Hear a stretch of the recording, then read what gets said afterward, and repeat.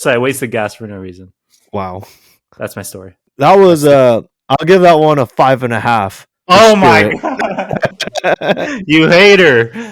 I ain't a hater, I'm a realist, baby. Sipping on champagne, smoking on that OG strain. I've been through a lot of things. I don't feel all this pain. Pick us a liquor around too. Pour that bottle all on you. Baby, you know what I won't do. I just wanna go and love you. Yo. Welcome to Wave 3 of the Dreamchaserz Wavecast. Thank you guys for showing love and support on our first storm. So you guys really had a lot of good feedback. You guys really enjoyed those short episodes. So that was nice to hear. We're going to continue to do those every now and then to give a nice change of pace. But for this wave, this is the Dreamchaserz Wavecast, and we got a fun episode for you. Got my guy Sean right here. Yeah, we're gonna tackle a lot of interesting topics. I hope you guys had a good weekend. For me and Sean, it's Monday, April 1st, so April Fools to all y'all. Hopefully you guys did some fun pranks. I didn't. I don't know about you, Sean. I absolutely did not. I'm chilling today this time. I feel like we got too old for that shit. No, I just came out. I just didn't have any good ideas for this one. The people that I usually prank aren't really around me right now, but I'll get them next year. Yeah, aka me. Either you or my girlfriend. Hey, yeah, I hope you guys had a good weekend, and you'll be seeing this on Friday, so hopefully you had a good week too. Yeah, let's hop right into it. All right, Dream Chasers. So to start off this Wavecast, we are going to start off with a really interesting icebreaker. It's going to be what I'm going to call lights, camera, action. And basically what it is we have this, and Sean has no clue, by the way, what the hell this icebreaker is. So I do not. So to explain to you all who are listening, and also Sean, lights, camera, action is an icebreaker where we are going to pull up a random word generator, right? And so we'll actually share the screen so you guys can see. But this random word generator is going to generate 5 random words. We're going to improvise a story off of these randomly generated words. Basically, we have to come off as very convincing and and basically make this creative story off of the 5 words. So I'll go first, Sean. My 5 words are triangle, occupation, create, firefighter, and advance. Okay, so I have to come up with a random story that integrates all these 5 words. Give me a second. Let's see. So, Sean, right? You knew since I grew up, and this is not actually real, but just for the sake of the story. Since I've been growing up, right? Since I was a little kid, you always know in advance I want to be a firefighter, right? And so if the teacher asked me back in first grade, like, hey, what occupation do you want when you grow up? My answer was always a firefighter. And the reason being is because I had this fantasy, this fascination with fire, right? I just love fire. I wanted to be like a firebender in Avatar: The Last Airbender, right? And I had this really cool move, right? Where I wanted to create a triangle of fire in the air that I can just like push out towards my opponents, and then they wouldn't be able to fucking dodge it because the triangle is like this like massive thing, right? Unless they go in the middle, I guess there's like a massive open, but I haven't thought through the logistics. But artistically, right, I wanted to create a fire triangle, and yeah, that's my story. Did that sound convincing? You sounded really good for improv, that's for sure. Really? Okay. I'll give that a 5 out of 10. Oh my god. Bro, I thought I did good, bro. You did pretty good for your first time. Okay. Yeah. All right. Give me my words, baby. Let's do this shit. Let's do it. Our theme: accompany, press, or waste. All right, so we all know the theme of this icebreaker is about making stories using the words in front of us. Now it's my turn to give you a story. All right. An hour ago, I thought about what it would be like to, be a civic servant of some kind. I thought about being a firefighter like my homie. I thought about being a policeman, but honestly, I couldn't really think of what I wanted to do, to make the community better. Until this morning, I saw there was a bunch of dudes throwing away waste bins, and I realized I could be a garbage dude. work a couple hours here and there, and accompany a homie that you know hopefully someone cool, hopefully someone that's down with the shit, someone I could talk to pretty much every day, every hour, and just drive around town, picking up waste bags and pressing that shit down in the trash compactor in the back of my truck. But sometimes I think about what I could be like as a garbage man, but unfortunately wasn't really a career that my parents really saw me doing. And sometimes I still think about what could be, though. It would be nice to be a trash man. Shout out to all the trash women and trash men out there. Y'all are doing us a massive civic service. Wow, what the hell? I think I got the That easy. was really good. I got the easy words. I'll give you let's see. I'll give you like a 7.5 out of 10. Now you're being generous with me. What do you mean? That was really good. Oh, okay, fine. Thank you. Dude, I I appreciate kind of want to try it one more time. Try one more time because you got your Okay. practice. Yeah, that was a little practice round. All right, real quick. So speed round, okay? Speed round. All right. My next 5 words are gas, post, rank, unit, and museum. These couldn't be any more different, bro. What the fuck? Okay. I mean, All right.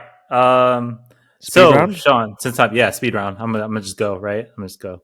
All right. So, Sean, since I joined the military, right, I'm stationed here in California, and I always fantasize about going to the museum, specifically the American History Museum that is in this imaginative base, right?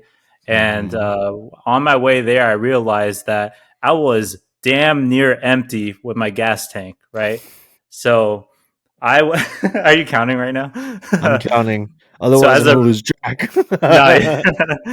Yeah. So in my new base, right, I didn't know where the hell this gas station was. I just knew where the museum was. So the GPS, like, I needed to figure where this shit was, right? So I call up the highest rank individual in my unit, and he turns out to be a general from the command post who gave me directions and said, "Hey, dumbass, if you just like turn your car and make a U-turn, you pass the gas station."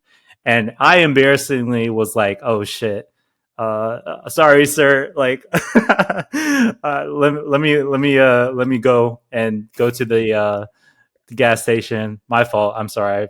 I'm a dumbass." So I hang up, embarrassed as shit, and then I go to the gas station.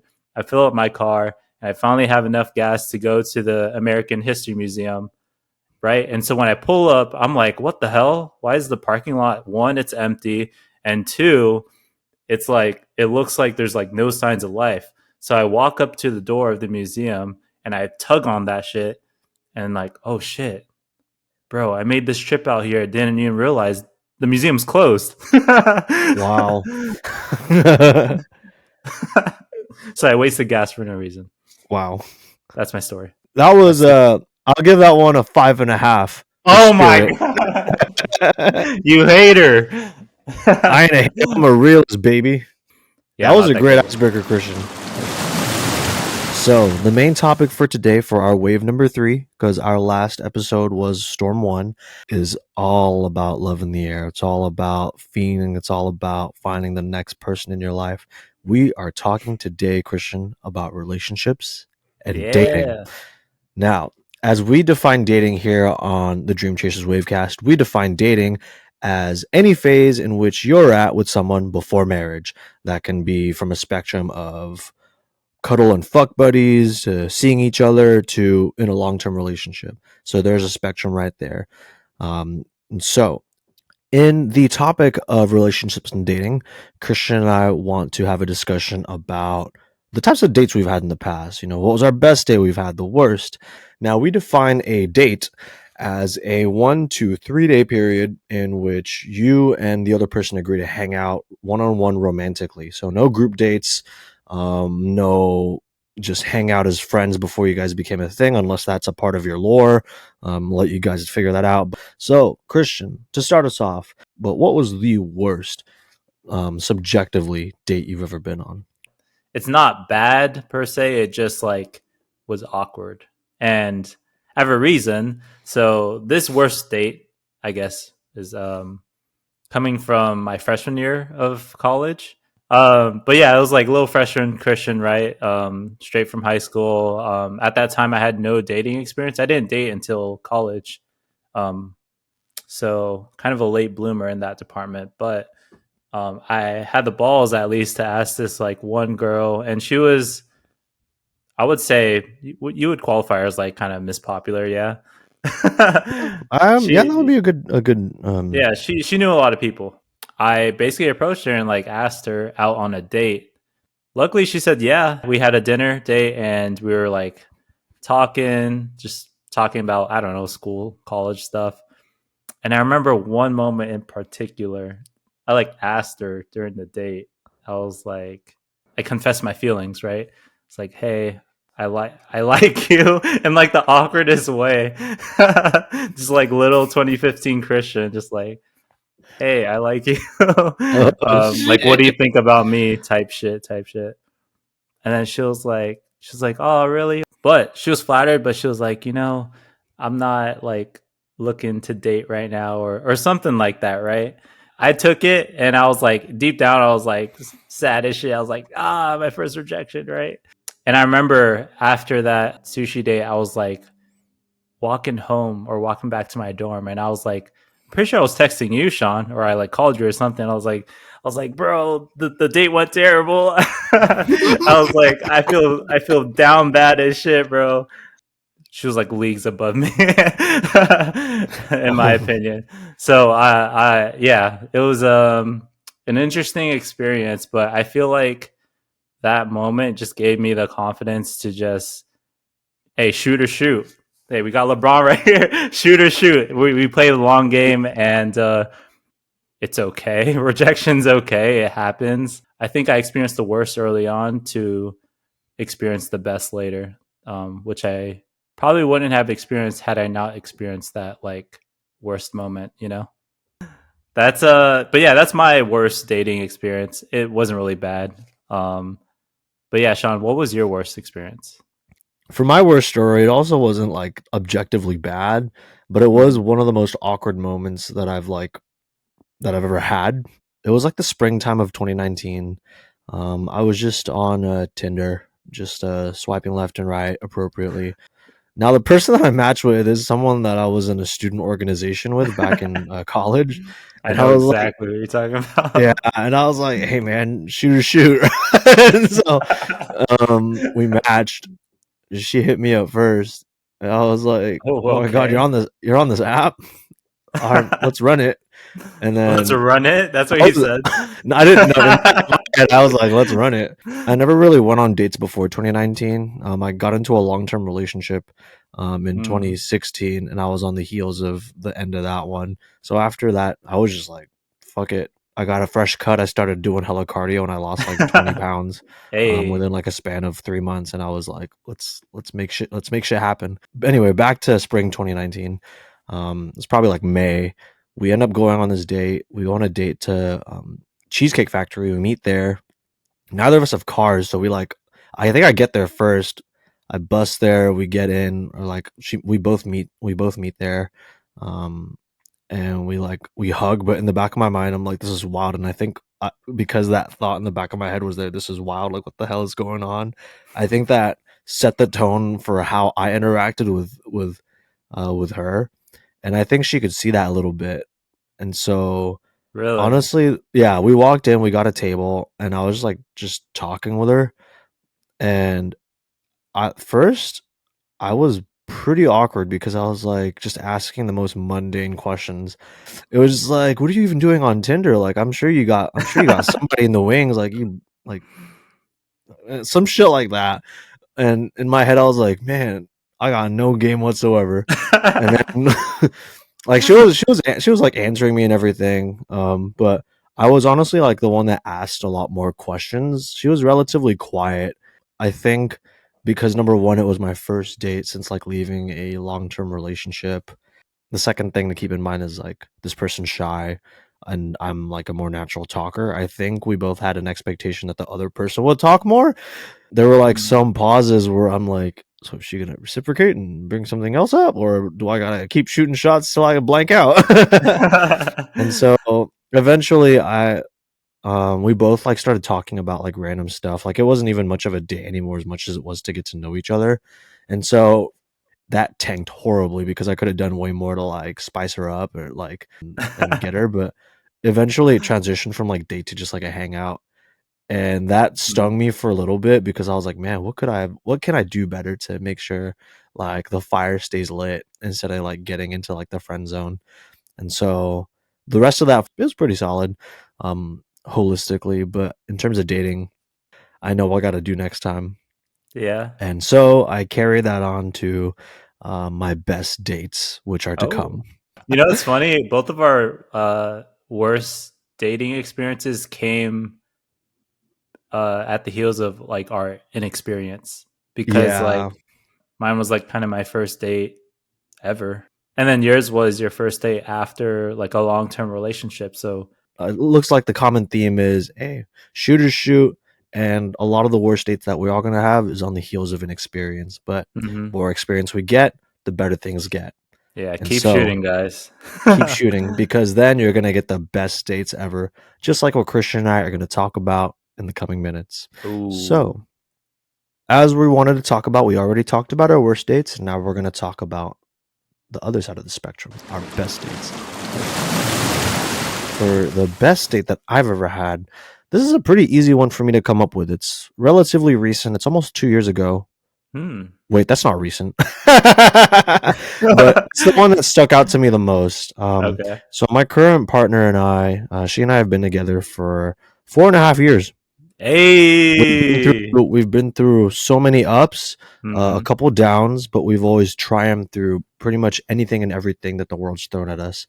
And she and I both anticipate to continue thriving. And one of the best date that I ever went on was with her, of course.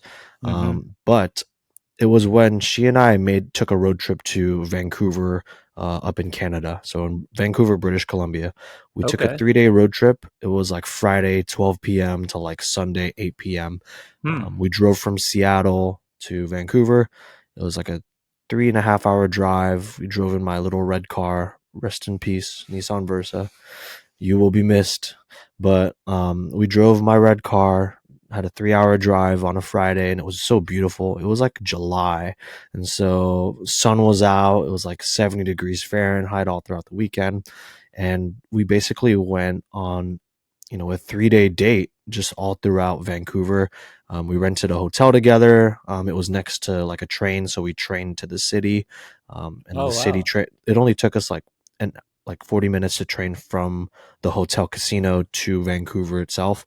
And so we got to walk around, we got to commute, we got to eat good food together, we got to hold hands and like daydream what it would be like to live in this city together, like a whole new like world for us to like take on. Right. And so we also got to spend intimate time together. We went to the Richmond Night Market. The Richmond Night Market is basically a flea market that runs like in the spring to the end of summer, next to Vancouver. So we went to that for all 3 days. We had a lot of great food. We did some activities. We bought matching shirts, matching essential shirts. And then we also had intimate time in the night where we just like talked with each other, caught up and made sure that we were both, doing great away from the city. Away from the hustle and bustle of daily life in a new environment. And honestly, it was so memorable. I still look at videos and photos sometimes just to remember what it would be like to relive that, to live something like that again. Because my girlfriend and I are long distance. We've been long distance for about 1.5 years. And so any memory that I have, I hang on to it while she finishes her schooling. But she has 1 more month, and after that, hopefully we'll have more dates that are even more over the top than Vancouver. Who knows? Maybe we'll fly to Sacramento or San Jose in September, October, or November, and have a date while the rest of the time is to spend with our homies and meet people like yourself, Christian. But yeah, that was honestly the best date. Is my 3-day weekend trip with my girlfriend to Vancouver, British Columbia in Canada. I still have I think I have some of the photos in my favorites, so I get to look back on it from time to time. But yeah, best date I've ever been on. Swear to God. Dang. All the way in Canada. Canada, baby. Yeah. What about you, Christian? What tales do you have to regale us with? Kind of more in the more recently, like within this past year. I know we said dating for our criteria for this Wavecast was a 1 to 3 day period, but there was a time where I took leave for 10 days. And during those 10 days, I went on like a magical date with a girl from SF. 10 days, and bro, it was like an indescribable feeling because I don't know, it was magical is all I can say. And like we went all over the place, all over SF. Basically, I played tourist as if I would never was, because she's from the area. We also went down to Santa Cruz. We went to San Jose. We went to so many different places, and it was just like a little mini adventure every single day.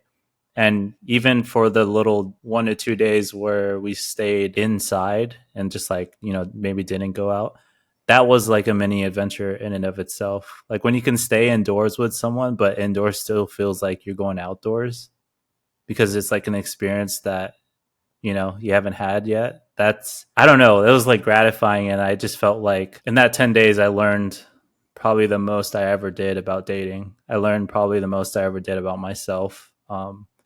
And it wasn't because of like me and what we did, but it was more so who I did it with. I was even sharing things that I typically don't, off first rip, off when you talk about first date. But it was that level of like deep talks and connections, low key like your soul being tied to someone in a way that I never experienced before. And that was like really beautiful. So I would say that's my best date. Now that we've talked about what our best dates have been and what our worst dates have been, subjectively speaking, what are some things that we can do to spice things up for anyone that's looking to date others? Is always being yourself. The last thing you want to do is, fake it till you make it when it comes to a relationship or when it comes to like dating someone. Because when you're dating someone, you're not just dating to impress them. You're dating to like to find a match for yourself. So whenever you are on a date, it's extremely important to just be yourself. If they make you feel awkward, embrace the awkwardness and let it inspire you, but don't let it control you. Honestly, just as long as you're yourself, everything's going to be okay. Now, if you want to spice things up on dates, you got to bring some creativity, though. That icebreaker that Christian had, I would probably bring that to like a third or fourth date or onward, because that was actually like pretty fun. Hey. Getting people, catching people off their feet, doing something to just switch it up. Because when you think of dates, people think about like the movies, ice cream, eating out, go-karting, mini golf, but do something fun with each other that's unique. Don't be afraid to propose something new. The worst that you'll hear is no. Much like these like Wavecasts, like when I go on dates, I honestly just wing the whole thing. Typically, like the first date, I'll plan. Like I have like a sense of direction, but second, third, fourth, fifth date, bro, I be winging that shit. And I think that's what I learned like really works for me is spontaneity. Like sometimes we'd be talking about like what to do, and I'll have like a direction. I'm not lying. I'll say, yeah, I know what to do, but like when we're driving, fuck, I don't know where I'm going. And then somehow we'll just like end up at a I don't know, drive by. But yeah, no, that's where like the most genuine kind of memories can be created, if you do remember them, is that like the spontaneity creates like really funny moments to where y'all can like recollect and look back and be like, oh yeah, we did go to like this rose garden and like, just had a fucking DIY like picnic when everyone's like, fucking taking pictures and shit. And we just felt like we're our own universe in our own little bubble when we had a total different plan, right? And then maybe the rain clouds are forming and it starts raining, but in the moment we don't give a shit because like we just had the idea that we'll just stay here throughout the storm. So I think the most memorable and spiciest things are the ones that you can't plan just because it comes naturally. It's not forced. We had some ideas that, well, I guess my idea was just on how to have a great solid date. my piece of advice was not safe, but pretty consistent, just being yourself and That's not true. worry about like the what ifs. That helps you kind of establish stability in your own mind. And then for Christian, how to spice things up is to be spontaneous and embrace the spontaneity. Because sometimes, most of the time, actually, the best memories come from the ones that you least expect, or that you plan the least for, or don't plan at all for. So now that we've talked a little bit about how we ourselves, have good dates and how we spice things up in our own dates, we have a couple pieces of advice that we've learned throughout our dating experience as well. Now, Christian and I have been on the dating scene for about 8-ish years now. And so we have a relative wealth of experience, which we hope to share with all of you. A couple nuggets of advice on how our dating experience was boosted and how you could potentially boost yours as well. All right. So my one piece of advice for people that are dating is, this is something that you should definitely establish before you even date, if possible. If you're too horny or you're too desperate, though, fine, ignore this. But this is honestly the most important piece of advice that I can offer. Know your self-worth. Now, you're probably wondering why I'm saying know your self-worth. And so the reason why is because when you go into a date, a lot of people go in with the objective in general of walking out of there with a biddy in hand or something like that. Whether it's a new guy, whether it's a guy or a girl, and you're trying to secure them basically, in general. However, it's important to remember in the moment that you're not just trying to impress the other person. You're trying to make sure that you yourself are set. And so when you go into a date, it's important for you to know what you're worth. And that's a very general term, but number one, know what you're looking for. Number two, be able to, let some things slide, but don't let everything slide.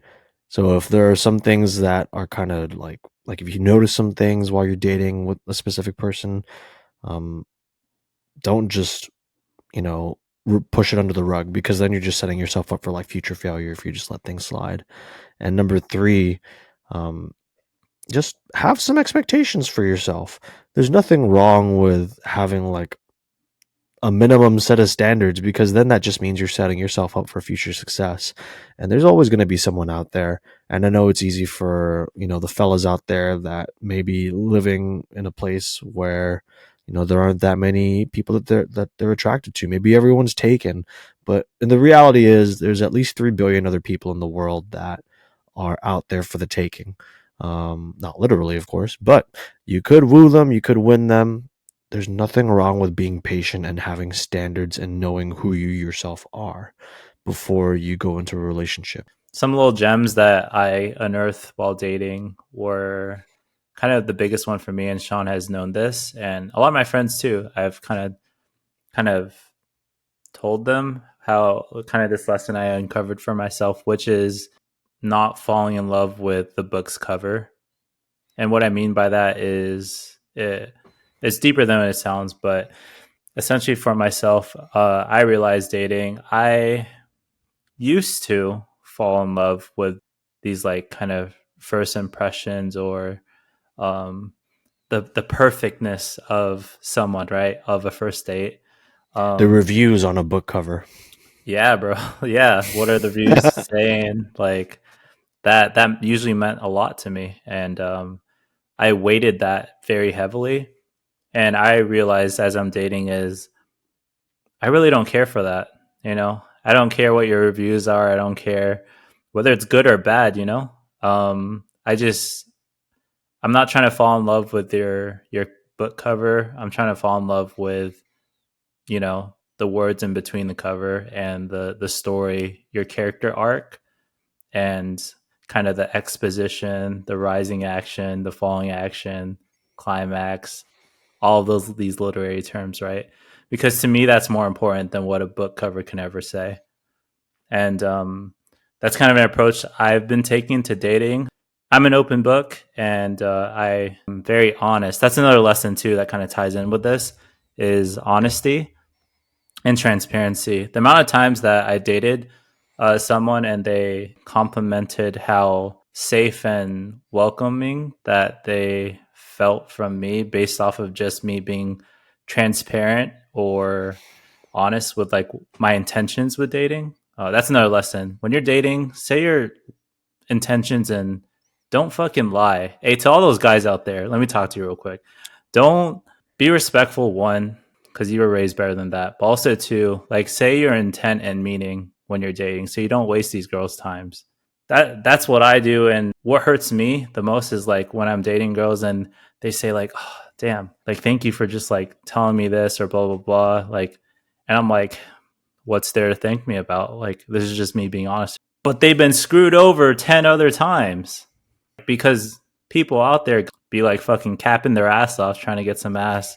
And like, that's not the right way to go about things. If you think that's wavy, y'all can click off. I don't give a shit. Be more transparent. If that's what you're about, then say that up front. Don't lie and put up a front, because that's how you break hearts. And that's not cool at all.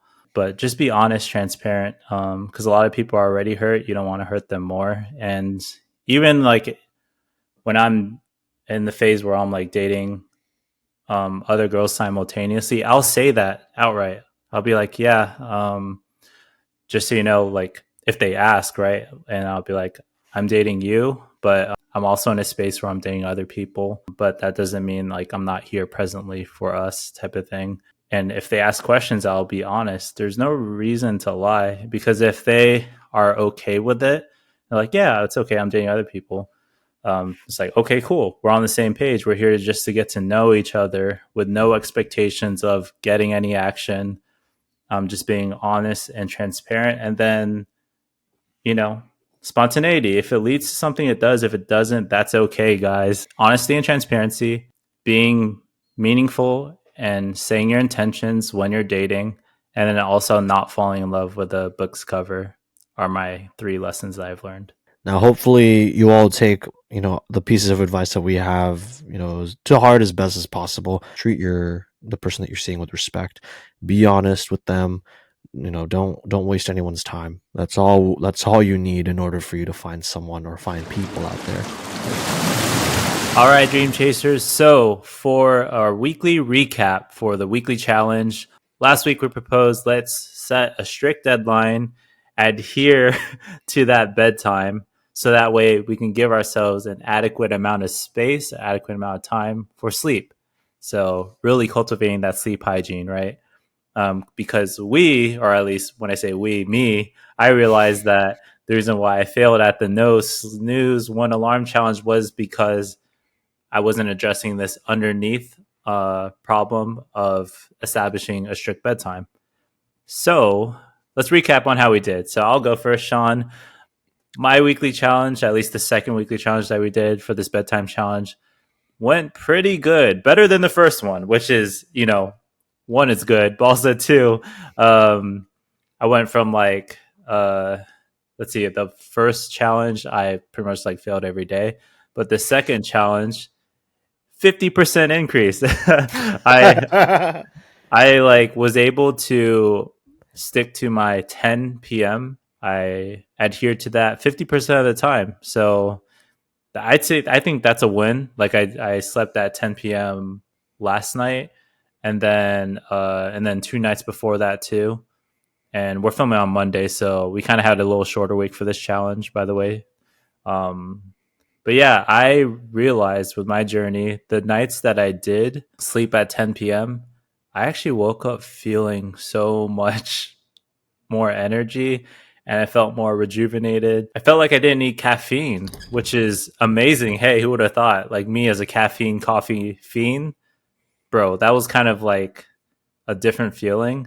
Did I still drink coffee? Yes, for the flavor. But I know, man, I know. But I still really like that I got I got 6 hours of sleep, and I definitely felt a change in energy levels. So this is something I want to continue doing. Now the days that I failed, so I got it like 50% of the time, was for legitimate reasons. Sean knows one of those reasons, like why I stayed up late. Yeah, and then both of them actually, and then I stayed up late. Yeah, so that's why I don't mind doing it for those reasons, because those were like kind of special consideration or special reasons. But overall, I would say this weekly challenge was a success. And this is definitely something I want to continue doing. So sleeping at like 10 p.m. for me, 10 p.m., 10:30. I think I'm stick to this. So that what that means for me is I need to adjust my schedule in terms of like getting all the things I need to be done before 10 p.m. Because the reason why I don't sleep, and I mentioned it last wave or last storm, was because I have no like internal clock to like stop me from doing work. I kind of just do it until I feel accomplished and done, which is a bad measurement because I never feel like I'm accomplished or done with the task. So therefore, I stay up till 3 a.m. or like 1 a.m. All right. Yeah. So I'm going to try and just like have that internal clock management and be okay with leaving things kind of incomplete for the meantime. So yeah, how about you, Sean? Gotcha. How was your weekly challenge experience? My weekly challenge experience was trash. I got 0 for 0 for 0. The roles flipped. I was a little bit liberal on the weekend. I fell asleep at like 1 a.m. During the weekdays, I was off by like 30 minutes to 40 minutes, honestly. So maybe realistically, I should say 11:30 is my sleep time. I was 0 for 5, 6, and I'm just excited now to bounce back from that minor hiccup. And this next challenge bounce will back be our kings. redemption. Yes, Let's sir. go. We're going to redeem ourselves for the next challenge. That was a really great challenge, though. It reinforced the need for us to establish consistency. Right. And like you said, just the tiniest. Actually, it's not even a tiny change because you and I typically sleep relatively late. And when we set a bedtime like 10, that means like we get an extra hour to like 2 hours of sleep. And that can that will make a massive difference in our sleep patterns. Right. So to all of our listeners and watchers out there, and if there's anything to take away from our challenge, it's just to set a consistent sleep schedule for yourself. You're doing yourself a service, you're doing your family, friends, and coworkers a service because you're going to be at peak or close to peak as long as you set a consistent bedtime. Hey, yo, to all the listeners out there, let us know how you did with this bedtime weekly challenge. Drop your experience in the comments below so that way we know how you did. Again, it's not a comparison thing. Everyone has their own individual journeys and reasons why they're doing this. This is just a platform to challenge yourself every week and know that you're not alone. So hopefully you guys learned something. And if you didn't do as great as you wanted to do, reflect, just like me and Sean are, as to why you didn't. Maybe there's another underlying problem. And you kind of just boil it down to like fundamental problems. And that's how we're going to get 1% better, man, every single week. So, Sean, you have a new weekly challenge, right? I do have a new weekly challenge, and I'm super excited because this is going to be the first time that we're going to have tiers of accomplishment. So we're going to have a bronze tier, we're going to have a silver tier, we're going to have a gold tier. For this weekly challenge, I would like to challenge all of us to meet a step goal throughout the week using April 5th to April 12th to assess ourselves to see if we what tier we can get ourselves up to, basically. And so, like I said earlier, we're going to be going through a step challenge. For the bronze medal, you have to reach 10,000 steps every day, no averaging the days. If you want silver, 12,500. And if you want gold, you're going to get 15,000 steps every day. Dang. Yep. Okay. We're all about trying to challenge ourselves to be better. The past few waves, and actually the last storm, was all about improving our sleep quality and setting consistency for ourselves. Now, in general, the weekly challenge is all about establishing something consistent for ourselves. But when it comes to physical fitness, especially for a lot of us that have office jobs, a lot of us that are sitting down, or a lot of us that just kind of laze around after work, this is my friendly yet competitive challenge to all of you. I would like for you to either reach 10,000 steps, 12,500 steps for silver, or 15,000 for the gold. And if you're looking to go platinum, baby, get that 20K. Hey, okay. Yeah, 20K is platinum, but that I'm pretty sure you're gonna be susceptible to injury after getting 20K steps every day. That will You probably just fuck up your motivated knees. me. You motivated me. Damn, I'm My about to get six. knee tendonitis. I already do. I already do. Oh god. Just to sum it up, if you want bronze, 10,000 steps. If you want silver, 12,500 steps. If you want gold, 15,000 steps. And if you're going platinum all the way to Mount Olympus, 20,000 steps. That's my challenge. I'm not even going to guarantee that I'll hit bronze every day, but I'm going to do my best. Hey, hit a treadmill. Go walk around. It's spring. Have a Yeah, good conversation weather. with someone. Get on the phone with someone. Do something that will allow you to walk around, a track. I know when I go on walks, I either have my parents on, or I have my girlfriend on, or I have like some kind of podcast on, so that there's something Or for the me to listen to. Wavecast on. Or the wave. That's right, the wave Hey, or the storm. And the so wave in just the have storm. something on. Have us join you on your 1.5 to 2 hour long walk. Get your 10K steps, your 12.5K steps, your gold, your platinum. Challenge yourself this week and hopefully for the weeks to come, because we're trying to get that hot summer body, you know what I'm saying? And the best way to get that hot summer body is to get your 10K steps in. How do we count for those that don't have like an Apple Watch or Fitbit? How do we count our steps? So if you have a way for yourself, if there's a way for you to calculate the distance, I think 10,000 steps is 5 miles. So Oh, basically, okay. a mile is 2,000 steps. Um, and so try to calculate how much you walk. Now, if you do have a smartphone, your smartphones most likely do have a step counter on them. I Oh, know really? for Apple iPhones, they have a step counter on them. You just have to look in your health app. I don't know about Android phones, though. I'm pretty sure they have the same functionality. So if you don't have a smartwatch or like a phone that counts, that's fine. You could also get like a really cheap step counter on like Amazon. But aside from that, if you're calculating the distance you've walked, um, 10,000 steps is 5 miles, and just go from there. It's basically Okay. 2,000 steps per mile. But yeah, Nice. happy hunting, everyone. Hopefully Let's you feel go. a lot better. You feel a lot more, rejuvenated next week. And if you don't, that just means you're tiring yourself out and you're just going to get stronger from there. So Hey, let's go ahead and get our legs moving. It's hot summer body time, baby. It's April. Let's start spring off on the right foot let's and go, left big foot. steppers. Big Big steppers. stepper. All right, Dream Chasers. So we are going to bring back a very popular corner, the sports section. And the last time we covered sports, we covered the crazy NFL free agency that happened this past offseason. And so now with the NFL draft a few weeks away, me and Sean need to start prepping and start looking over these mock drafts so that way we kind of have a good insight and knowledge as to what the top prospects of this draft looks like. I'm pretty tapped in with college football this past season. I think, Sean, you're pretty more or less familiar, at least in general. Mm-hmm. And so for the listeners that are also tapped in, and if you're not, this is a good education opportunity.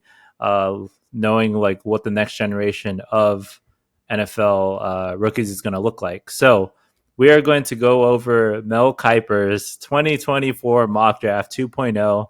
And basically, for all you guys that don't know, Mel Kiper, he's kind of one of the OGs at this like mock draft game when it comes to NFL drafts. He's known for making these mock drafts and getting them kind of wrong. But besides the point, right? This is just an opportunity for us to kind of just go back and forth with me and Sean and just kind of talk about what the current projections looking like for all these teams and kind of just knowing the draft order, kind of the top prospects, and yeah, let's just go over this. So with the first overall pick, the Chicago Bears are projected to take, as you know, Caleb Williams, the stud from USC. He's pretty much been the QB1 for this draft like since last year. Pretty much. Yeah, so That makes sense. I mean, the Bears just traded Justin Fields this past offseason, so they do need a quarterback. It's a dumbass trade though for a bag of chips, literally. For a bag That's of chips, so a pink disrespectful. Starburst, and a bus ticket. But back to the topic. Chicago Yeah. Bears going for Caleb Williams. That makes sense. And then Washington Commanders getting Jaden Daniels. They got so Mel Kiper got the Patriots drafting Drake May, who, by all accounts, if this was like a year or two ago, May was projected to be QB1 aside from Caleb Williams. Like they were in the running. Right. He had a lot of hype. So I feel like system-wise, though, May would excel in the Patriots, especially with the new head coach, Gerard Mayo. I feel like they're not going to be contenders next year, but if they get the right pieces around, I feel like they're poised for a good run in the future. I like May as a QB. God, I hope, because they don't have any receiving talent. They don't have any offense whatsoever. Yeah, bro. Who's there besides Stevenson, right? The running back. Oh yeah, Ramondre Stevenson. That's right. That's it. I don't know. I couldn't name one wide receiver. Yeah, I can't. Honestly, their offense is shit, but they got Gerard Mayo, one of their defensive players of the past. Interesting. So Drake, so the top three are QBs. Arizona is Marvin Harrison Jr., wide receiver. Oh man, NFC West is gonna be a fucking wide receiver land, bro. Hey, good luck to your Niners guarding him, bro. GG's. I mean, hey man, Kyler's got no offensive line. He's might be running for his life. Good luck trying to hit Marvin Harrison on a rollout while you're running against like a pass rush. The Rams won't have a pass rush as much anymore because Aaron Donald retired. The Seahawks, I think, have the second best pass rush in the NFC West. But I still think Arizona. I still think that Marvin Harrison will be a solid pick for Arizona. Could be potentially the same kind of impact that even a fraction of what Larry Fitzgerald had for the Cardinals. Then the Cards are set up for success. The next Larry Fitz. Imagine that. Los Angeles Chargers going for offensive tackle. That's pretty high for. That's an interesting take because the Chargers just dealt away Keenan Allen and Mike Williams, so their wide receiver room is looking thin. Yeah, they're looking thin. But if they're drafting O linemen, they might be focusing on running the ball and killing clock. That could be kind of identical to what Jim Harbaugh ran in the past with the Niners. Okay, which is so relatively smart. That is the smart. He's kind of adapting your mentality, draft philosophy. Yeah, I think I'm from the Jim Harbaugh tree, baby. That's how I run Madden. Okay, all right. Maybe I should be a head coach in like 20 years. Jim Harbaugh, hit me up. So So Chargers with the offensive tackle. New York with Rome Odunze. That's hey. I ain't mad at that. I wouldn't mind. Honestly, the top three receivers are Marvin Harrison Jr., Malik Neighbors, and Rome Odunze. I feel like, in my opinion, those three are for sure. There's no way they're going to be certified number ones with whatever team they play on. I feel like me and Sean are big Huskies fans, so I co-sign that. I like Odunze. He's a big receiver. He gets separation. He's a touchdown machine. He's great at route running. Bro, 50-50 balls. The Giants need radius. That. Yeah, bro. If you pair Danny Dimes, throw deep. We got Wandale. We got Jalen Hyatt. We got Waller at tight end if he doesn't retire. Hey, I'm telling you, the Giants are sneaky. I've been telling you this for a couple of weeks. Giants are low-key sneaky. And then we could draft a running back. Like the running back class, this class is deep as hell. I was looking at it. They got a lot of really good running back talent in the later rounds. So I'm hyped for this draft, man. I for the 6th overall picking Odunze, I co-signed that. I'll be super, super happy. Yeah. All right. Tennessee Titans with an offensive tackle. Atlanta Falcons with an edge rusher. Solid. Dang. Chicago Bears with Malik Neighbors, so they're going to have potentially two offensive cornerstones. Damn. That And would don't be they still have Darnell nasty. Mooney as well? Or oh no, Darnell Mooney signed with someone else They now. got DJ Moore. They got Cole Kmet. They got who else? I think I'm missing someone else. But then Malik Neighbors, bro, with Caleb Williams. Woo! That's a tough op, bro. The Bears might be on. I'm telling you, they're gonna have They're that onto something in a Houston year. Texans like Phoenix revival, bro. So to tie back to what we were talking about earlier, the reason why the Texans, in my opinion, went so far is partially a big part of it was because of the coaching staff. And so I don't know anything about the Chicago Bears coaching staff. I know nothing, Same. but I Same. knew that D'Amico Ryans was a dog because he was a defensive coordinator with the Niners. Right, right. And so I knew no matter what, he's going to pull some staff from the Niners on his way to the Texans, and he did. And all of a sudden, they made like a decent playoff run with CJ Stroud. So if the Chicago Bears, if they succeed, which I sincerely fucking hope they don't, it will be on their coaching staff to make sure that everything is facilitated well, that everything runs together. They've got a good passing game, running game, and that they have a solid defense as well to like keep the score manageable, so it's not always a shootout. Because I mean, I think this will be interesting to see Malik Neighbors and fucking Caleb Williams in the same offense. Yeah, bro. That'd be exciting. That will be exciting. New York Jets with a tight end, Georgia A-Rod. Brock Bowers. Wow. So A-Rod will he's be touted as smiling. like the best tight end prospect since probably Kyle Pitts. Or Wow. David Njoku. Wow. I don't know. It's kind of weird drafting a tight end top like 10 overall because like I don't know. But tight They don't ends seem to are find much actually. success. You know what? One of my coworkers, he knows who he is. He's probably going to watch this, but he brought up this good point. The past Super Bowl winners, I don't know, the most recent Super Bowl winners, they've won with like elite tight end play. If you look back, like even the past 5, right? They've been all like elite tight ends. So maybe that's just what the league is trending towards, like because it makes the coverage a lot tougher when you have to worry about not just the outside guys, but damn, you got this big brolic ass dude running up the middle of the field, and someone that can catch the ball. Right? Someone that's a great security blanket. Right? How lethal is that offense going to look like with A-Rod at the helm? They got Wilson, and then they got Bowers, and then whoever that's going to look nice. The play action is going to look nice at least. That's true. Vikings, Jared Verse. That's I don't know weird. who that is actually. It's he's probably the most talented edge rusher in this draft. I've been seeing his name a lot. Well, that would make sense then because the Vikings, well, they need a QB though. That's why it's kind of weird to me. That's why I'm surprised that this draft doesn't factor in a potential trade up. Like if anything, it would make sense for the Vikings to trade up because they have Justin Jefferson and they have not even trade up, but like Jordan bro, Addison. According to this mock draft, JJ McCarthy's right here. Denver's about to bust, bro. JJ McCarthy's fucking fool's gold. Dude, I've been saying that to my coworkers. I was like, McCarthy ain't shit. They keep telling me, oh, the Giants are going to carry him to a championship, McCarthy. Bro, bro. He's not it, bro. I think Penix has a higher ceiling than McCarthy, if I would be real. I can't wait to see if he falls in this list. So, Penix? Yeah. So Las Vegas Raiders, Byron Murphy, defensive tackle out of Texas, solid. New Orleans Saints, also offensive tackle. Yeah. They're gonna establishing. Oh, okay.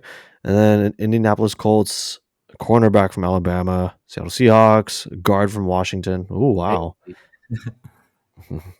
Still won't stop the Niners rush. Jacksonville Jaguars are going to get a corner from Toledo. Cincy's going to get an offensive tackle from Oregon State. LA Rams. Yeah, they definitely they need to protect Burrow. Burrow's like a one of a kind. And they just need to build up that offensive line. He can't keep getting sprains and other injuries. LA Rams get a cornerback. Actually, quite a few cornerbacks are going in the in the first round. Pittsburgh's getting a cornerback as well. Miami with an offensive line. Philly with an edge rusher. Oh, hope he he is busts. nice. If the He Eagles is get him, nice. I'm gonna be fucking pissed. So will I. So will I. And then Houston's picking up an offensive tackle. That's great for That that's is great great. for them. Stroud And then Dallas, tackle. a tackle. Gotta hope. Oh my god. Well, we'll see. What? We'll see. We'll see how a tackle fits for Dallas, because I'm very curious. The thing about Dallas is that they feel like a complete team, but I mean, the one thing that they're missing is consistent quarterback play. I literally they were like honestly, I could have picked them winning the Super Bowl if Dak didn't throw like fucking 2 pick-sixes against Green Bay. Like, bro. You know fuck, they could what? pick Penix right now, and they probably have a better shot to win Yo, the I Super was Bowl. just thinking Or that. I was like, to bring Dak. is it a hot take? Trade Dak and then draft Penix, bro, and They then gave use him such a those. fat fucking contract. Oh, no one's though. gonna want to pay that. Yeah, Damn. Okay, well, have Dak be backup. there you go. Have Dak be a fucking $40 million a year backup. You know, it would make sense for Dallas to draft, maybe not in the first round, maybe the second round, Right. but maybe they can draft like a developmental quarterback. But that'll probably fuck up their draft odds or their winning odds, because Dak's probably going to be playing with a lot of pressure behind him. He might throw more pick-sixes. This pick makes sense though. If they really threw that much money at Dak, like they're gonna want to They just got to like protect upgrade him. the O line. Yeah, Exactly. because they have everything on the defense, and they're getting their stud cornerback, Diggs. That's So true. because He's he got coming injured. back. Yeah, the defense did really well last year without Diggs. So imagine now Diggs is in, and then I think they added more defensive players in free agency. So they're looking nice, bro. They are. All right. And so we got Green Bay, who's also taking a tackle. Oh, God. You know, I dislike all of the NFC North, except maybe the Vikings. Maybe. So Why? I don't know. I don't know. I think it's because the Lions almost beat the Niners in the last season, and that gave me a heart attack. And Green Yeah. Bay, just because it's funny to me how Green Bay's always been owned by the Niners in the playoffs, and the Bears, they're just annoying. And also, my girlfriend lives there, so Chicago took her away from me, little bitches. And then, yeah, the Vikings, they just beat us last year, so that's all. My This least guy favorite is a division. really good wide receiver. Keon Coleman, Yeah, that's a good pickup by the Bucks. solid. And then Arizona, that's right, they have another first round pick. Oh, they Defensive lineman do? from Missouri. Wow. Ooh. And then Buffalo with a wide receiver. Wow. Interesting. They Okay. have Gabe pair with Davis and they Diggs. have Diggs. And I think they still have Cole I Beasley, who's old now, but would you go wide receiver if you're the Bills? I feel like I would. What don't they need like they need a defense to fucking right? go after Pat Mahomes. He's their kryptonite in the playoffs. Yeah, I don't think you really need a wide receiver here.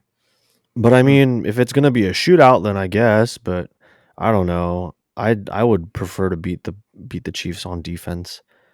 I think it's always been like 30-point games. So wide receiver, I could see the logic behind it though. But to put your game on the line on like a Hail Mary instead of like letting your defense like go at the quarterback, it's well, we'll see how it goes. And we'll see so this is a draft anyway, so we'll see what it actually ends up becoming. So Detroit with a corner. Actually, yeah, they'll need that. Baltimore with another corner. They already have a fire defense, actually. I'm surprised they're not going wide receiver. I was telling my friend, he's a big Ravens fan. I was like, bro, y'all need a wide receiver. Yeah. So, corner is kind of a bad take right here because they could draft Xavier Worthy. Don't let the Chiefs get Worthy, bro.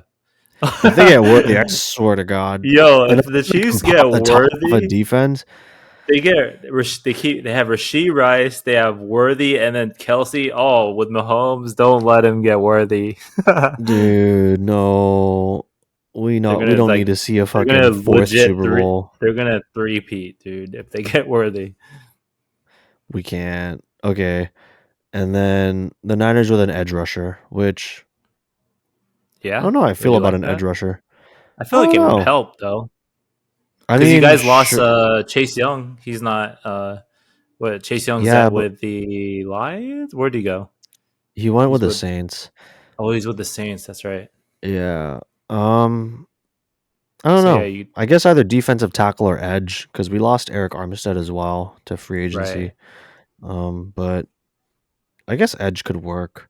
I was hoping Drake Jackson from a couple years ago would work out from USC, but he's Mm. not really producing. So I guess another edge rusher could work. Either that or corner. What the fuck? We need cornerbacks. I'm about to That'd be get sick around. fucking. That'd be sick Yeah, around. you're right. Oh no, you know what? We need offensive linemen. Holy shit. Brock Purdy's about to get another injury if we keep taking sacks. Hey, all these needs, bro. What about if you're GM for the Niners right now, 31st overall pick, what are you choosing with all these needs? I choose a offensive lineman, honestly. Okay. Yeah. Anything to give Debo more or to give Brock Purdy more time to throw the ball or to process. Cause he almost won the Super Bowl. It's just a fucking missed extra point away from winning the Super Bowl, honestly. But Yeah. if we just got like extra time in the pocket to or even like in overtime, if he had just more time to turn it into a touchdown, that could have been it right there. So Hmm. offensive line all the way for first, second, and third rounds if I were Niners GM. Okay. Yeah, or a best available like defensive lineman, Right. whether it's edge or D tackle. But what about you? What do you think about the Giants picking up Rome Odunze in the sixth overall pick? Honestly, I like that. I always said like QB or wide receiver if we're drafting six. Hmm. Like that's what I believe. And for wide receiver, we're for sure not getting Marvin Harrison. He's going to be taken in the top 5. Yeah, But I'm good with Odunze or Neighbors. And if we get QB, I am good with anyone except for Bo Nix and JJ McCarthy. Anyone else, I'll co-sign that shit. But yeah, I like this mock draft. We you need know what's a wide crazy? receiver threat. Yeah. I don't see there's no Michael Penix Jr. in here at all. Yep. So Mel Kiper They. is anticipating a second round drop or third round drop. Yeah. I will. I guess I should have prefaced this. This mock draft happened or got released February 28th, so it was before Michael Penix's like big pro day. Oh, Which yeah, right. so yeah, a little. He hasn't released a new mock draft since the pro day, but definitely Michael Penix's stock has risen since his pro day, running like a 4.46, elite vertical. So kind of beating the allegations that he's immobile. I was like, the major knock to him is his injury history, but also they're like, oh, he can't run, he can't scramble. I'm like, bro, you don't No need a. way. They haven't been It's watching not the that games he then. it's not that he can't run, it's that he doesn't need to because he had like one of the best O lines in college football. You don't need to run when you got like that amazing line in front of you. You just dot it up like a quarterback should. Literally. Yeah. So I think Penix can be elite in the NFL. I hope he lands in the right situation. Give him some time to develop and maybe even heal up a bit because that Hey, playoff run was something. hey, there's been mock drafts out there that's saying like I know what you're the about to say. Giants are gonna draft Odunze in the first and then Penix in the second. Bro, please let that happen. Damn, the That New would York be Huskies would be elite. crazy. The New York Huskies. Let's Imagine if go. they pick up John. Who I don't even know where John Ross is right now. Oh, isn't he out the league or No, with I think Cincy? he was I with feel like he's Cincy with for the a bit, but no, he was right. drafted by Cincy, but he left a while ago. John Ross the third. No, he retired, I think. Hmm. Or he Yeah, he was was like, yeah, he retired on July 26th, 2023. He was with the Giants on a reserve or he was with the Chiefs. oh yeah, yeah. Yeah, but then That's he was with right. the Giants for a year. But Damn, yeah, the people man. of our time and Yeah, Dante people of our Pettis. time. And Dante Pettis. He was on the Niners, wasn't he? Yes, he was. Yeah. He had a great rookie year, and after that, it just went downhill from there. But I yeah. cry, but now he's with the Oh. Bears. But yeah, this is the latest Mel Kiper mock draft. We're going to be doing more of these as we get closer to the draft, just to get some information on the newest draft prospects and a little foreshadowing stay tuned with the Dreamchaserz Wavecast because we may or may not be live streaming the NFL draft. So tap in, guys. Tap in. Now that we're back to our regularly scheduled programming with the Waves, we are found ourselves out of the storm. Of course, we always end our waves with a hypothetical. Let's go. Now, for this hypothetical, I figured it would be something that's a bit more low key, but still something that gives us still something for us to think about. So, let's set the scene. We pull off the biggest bank heist in history. Hey, but we get caught. Oh no! And when we get caught, we get sent to solitary confinement for 5 years. Damn. We stole from some pretty heavy hitters. We stole from mafia bosses. We stole from some fucking gangsters. We stole from politicians too. But basically, we chose to rob the wrong bank. And so we were sentenced to 5 years of solitary confinement, no windows, only one song playing 24/7 for 5 years in a room with no windows, no light. What song are you listening to for 5 years, 24/7? 5 years, 24/7 of one song playing, like no break. One song playing, no fucking break. Yo, wow. Dang, that is tough. Because my biggest like irk with the radio, I know the radio is like important in the music industry for exposure, ratings, yada yada. But I don't like the radio for the fact that they play the same songs all over again. It's like the same 10 songs, like I feel like all year, and it's like kind of annoying. I understand. Yeah, so that's why I don't tap into the radio. But if it had to be one song, dude, it better be a really good song. You can control the volume, but it's still you can still hear it like a Oh, so it's not blaring. No, so you can control the volume but you can still hear it like you're having a conversation with someone. Like it'll still be more than a nuisance. It won't be like making you deaf. It's like background noise, kind of. Yes, but you hear it every day with basically next to no sensory whatsoever because you're in a dark room for 5 years. Oh, no lights. It's just a dark room. No windows. No windows. Yeah. That is tough. The only thing you see are the gates or the door and whatever's outside that door. I feel like oh man, I like a lot of different genres, but I would probably choose something strategic. So a song that gives me like hope. Because if I'm listening to this for 5 years, I like a lot of sad music or like, the Weeknd type, like toxic shit, right? Like some hype shit. But I'm trying to think longevity wise, what do I need to kind of like help myself get through these 5 years? That's a long time. Yeah. So I'm thinking a song about hope. Because maybe it'll be like annoying in the beginning, but in those times that maybe I'm feeling hopeless or just like, dang, like not seeing the end in sight, some song that gives some type of guidance or like inspiration, I think. Why was I thinking the Rick Roll song? Never gonna give you up. Wow, I didn't expect you to say that at all. I don't know why that like thought entered my head, but no, I wouldn't choose that. Can you imagine being rickrolled for 5 years straight? Every Girl in the World is my choice by Every Young Girl Money. in the World, because it'll make me laugh like no other, and then I'll finally get to recite all the lyrics for all the verses because there's like fucking 7 features. I like a long hair, thick red bone. Open up her legs to filet mignon. That I'ma get in and on that if she let me in, I'ma on that.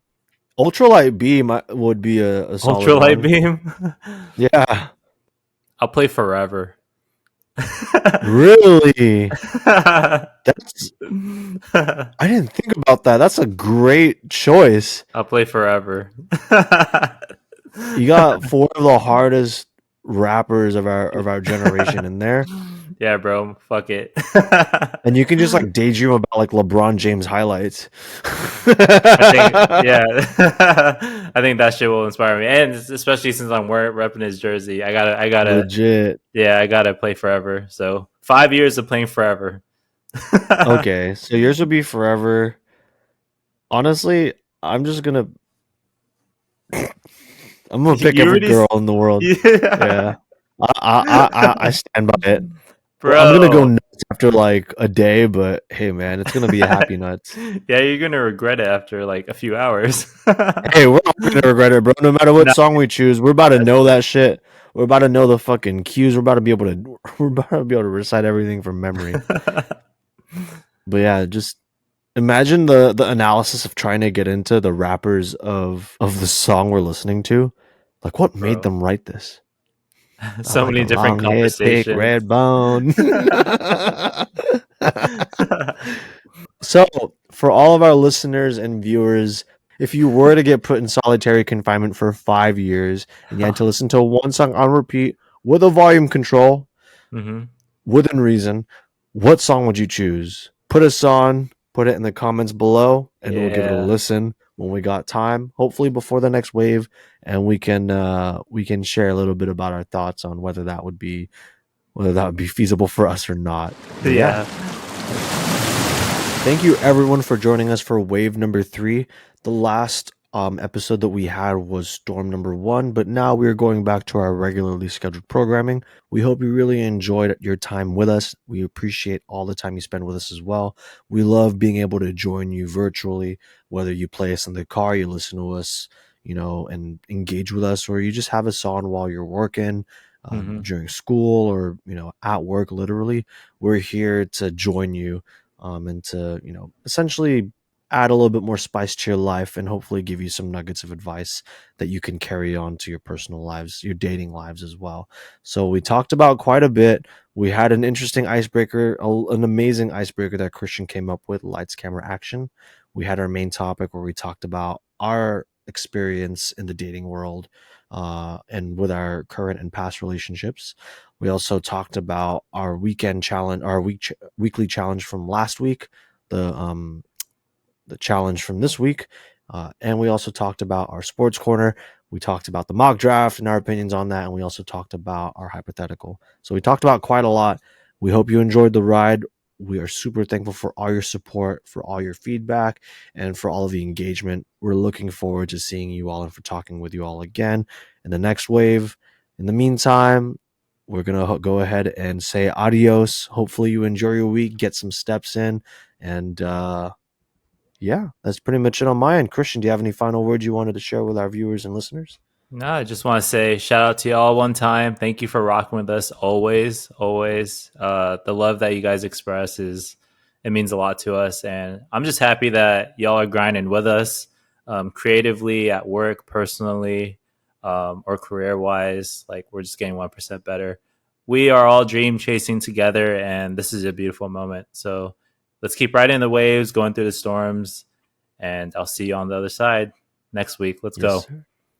Dreamchasers, We out. Sipping on champagne, smoking on that OG strain. I've been through a lot of things. I don't feel all this pain. Pick us a liquor around too. Pour that bottle all on you. Baby, you know what I won't do. I just wanna go and love you.